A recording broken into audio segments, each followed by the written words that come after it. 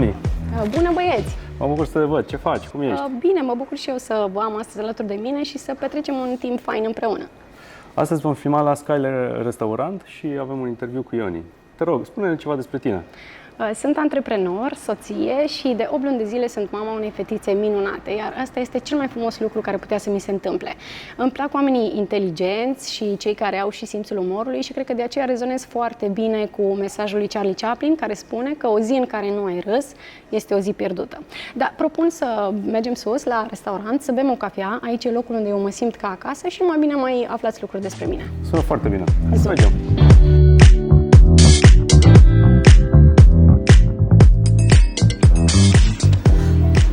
Înțeles că ești mamă. Vezi un obstacol din asta în a face ceea ce îți dorești? Obstacolul cred că este mult spus. Sigur, lucrurile s-au schimbat de când sunt mamă, dar dacă mă întrebai anul trecut cum arată o zi din viața mea, ți-aș fi spus că la ora 8 dimineața sunt la sală, la 9:30 la birou, iar după masă sunt cu prietenii și cu familia. Din momentul de față am constatat și sigur că asta am constatat cu soțul meu, că cel mai bine ar fi să petrecem timp în familie, iar restul lucrurilor pot fi puse pe hold cel puțin o perioadă de timp până când eu consider că e timpul potrivit. Spune-te, rog, ce ai învățat de la copii până acum? Copiii te pot învăța atâtea lucruri, dar eu am învățat de la fiica mea că pot să trăiesc în prezent și asta e super tare, e minunat. Cum împaci moda cu faptul că ești mamă? Eu cred că foarte bine, la modul că, deși nu mai pot purta pantofi atât de des pe cum o făceam înainte, vreau să cred că un outfit lejer și de mămică, dacă vrei să-i spui așa, este la fel de fashion și la modă. Important este să fii bine tu cu tine și să te simți bine în pielea ta. Văd că porți o pălărie, îmi place tare mult. Ai și alt accesoriu preferat? Da, am aici o brățară tenis pe care o port mai mereu. Cum vezi conceptul bespoke și care este experiența ta? Cui nu-i plac lucrurile custom-made, să fim serioși. Eu am avut o super experiență cu frații Orgoni, cei care mi-au creat această piesă de colecție și nu pot să spun decât cuvinte de laudă. De ce? Pentru că băieții au darul de a te pune undeva pe un piedestal. Încă de la intrarea în magazin, până la atenția la detalii, la măsurători și la deadline-ul care a fost respectat de ei, știu să creeze o atmosferă și o experiență maximă.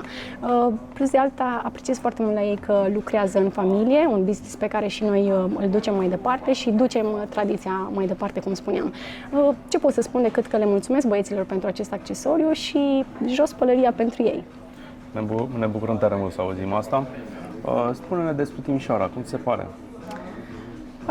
Eu sunt originară din Sibiu, însă voi rămâne și sunt fan Timișoara din totdeauna. Cred că Timișoara e plină de oportunități în continuare, tot ce trebuie noi să facem este să le vedem și, bineînțeles, să putem profita de ele. În rest, viața la Timișoara e super ok și decentă în același timp.